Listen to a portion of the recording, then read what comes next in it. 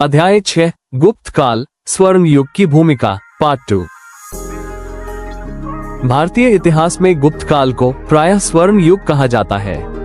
ये काल राजनीतिक स्थिरता, आर्थिक समृद्धि, सांस्कृतिक उन्नति तथा विज्ञान और कला के अभूतपूर्व विकास के लिए जाना जाता है। लगभग 4वीं से 6वीं शताब्दी ईस्वी के बीच गुप्त वंश ने उत्तर और मध्य भारत के विशाल भाग पर शासन किया। मध्य प्रदेश का क्षेत्र गुप्त साम्राज्य का एक महत्वपूर्ण अंग था, जहां प्रशासन, संस्कृति और धर्म का विशेष विकास हुआ। गुप्त वंश का उदय भारतीय इतिहास के एक स्वर्णिम युग की शुरुआत थी, जिसकी नींव श्रीगुप्त ने 3वीं शताब्दी के अंत लगभग 275 ईस्वी में रखी थी। कुषाण साम्राज्य के पतन के बाद फैली राजनीतिक अस्थिरता के बीच गुप्त शासकों ने मगध के आसपास अपनी शक्ति संगठित करना शुरू किया। इस वंश को वास्तविक पहचान और विस्तार चंद्रगुप्त प्रथम के शासनकाल में मिला, जिन्होंने लिच्छवी राजकुमारी कुमार देवी से विवाह कर अपनी राजनीतिक स्थिति मजबूत की और महाराजाधिराज की उपाधि धारण की। उनके बाद समुद्रगुप्त ने अपनी सैन्य विजयों से पूरे भारत को एक सूत्र में पिरोया, जिसे आगे चलकर चंद्रगुप्त द्वितीय विक्रमादित्य ने सांस्कृतिक और आर्थिक ऊंचाइयों पर पहुंचाया। इस काल में कला, विज्ञान, गणित और साहित्य में अभूतपूर्व प्रगति हुई, जिसके कारण गुप्त काल को प्राचीन भारत का स्वर्ण युग कहा जाता है। राजपूत काल और परमार वंश का इतिहास भारतीय मध्यकाल की वीरता और सांस्कृतिक गौरव का प्रतीक है। राजपूत काल 7वीं से 12वीं शताब्दी भारतीय इतिहास का वह समय था जब उत्तर और पश्चिम भारत में कई छोटे बड़े राजपूत राज्यों का उदय हुआ, जो अपनी अटूट वीरता, स्वाभिमान और किलों के निर्माण के लिए जाने जाते थे।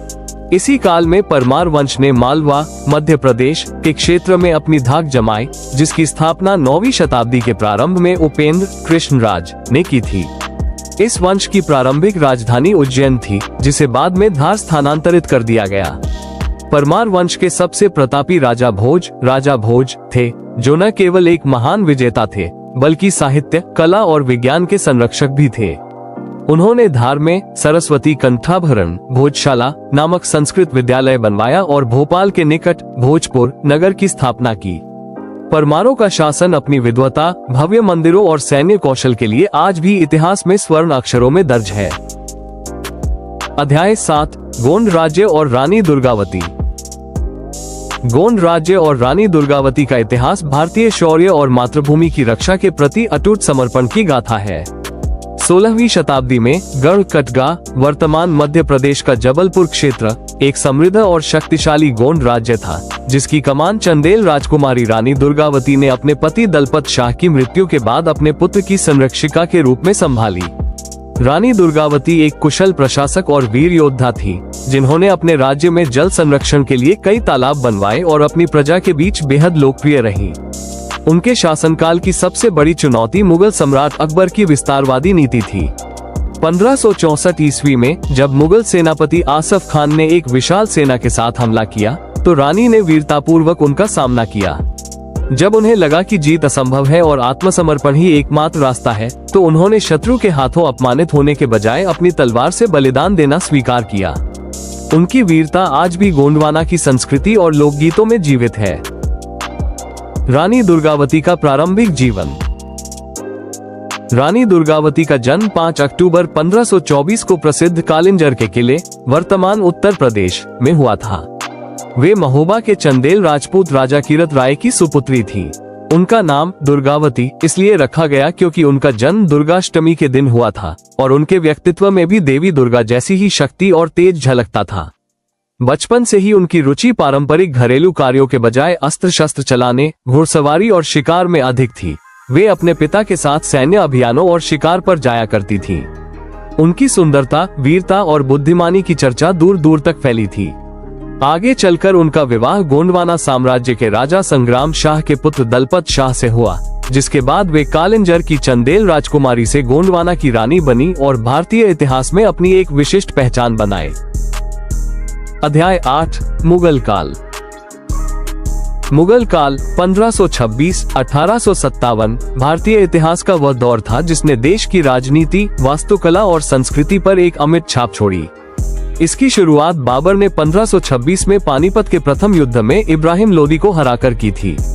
इस वंश के सबसे महान शासक अकबर ने एक विशाल साम्राज्य की स्थापना की और दीन-ए-इलाही व सुलह-ए-कुल जैसी नीतियों के जरिए धार्मिक सहिष्णुता को बढ़ावा दिया। शाहजहां का काल वास्तुकला का स्वर्ण युग माना जाता है, जिसमें उन्होंने ताजमहल जैसी विश्व प्रसिद्ध धरोहर बनवाई, जबकि औरंगजेब के समय साम्राज्य की सीमाएं सबसे अधिक फैली।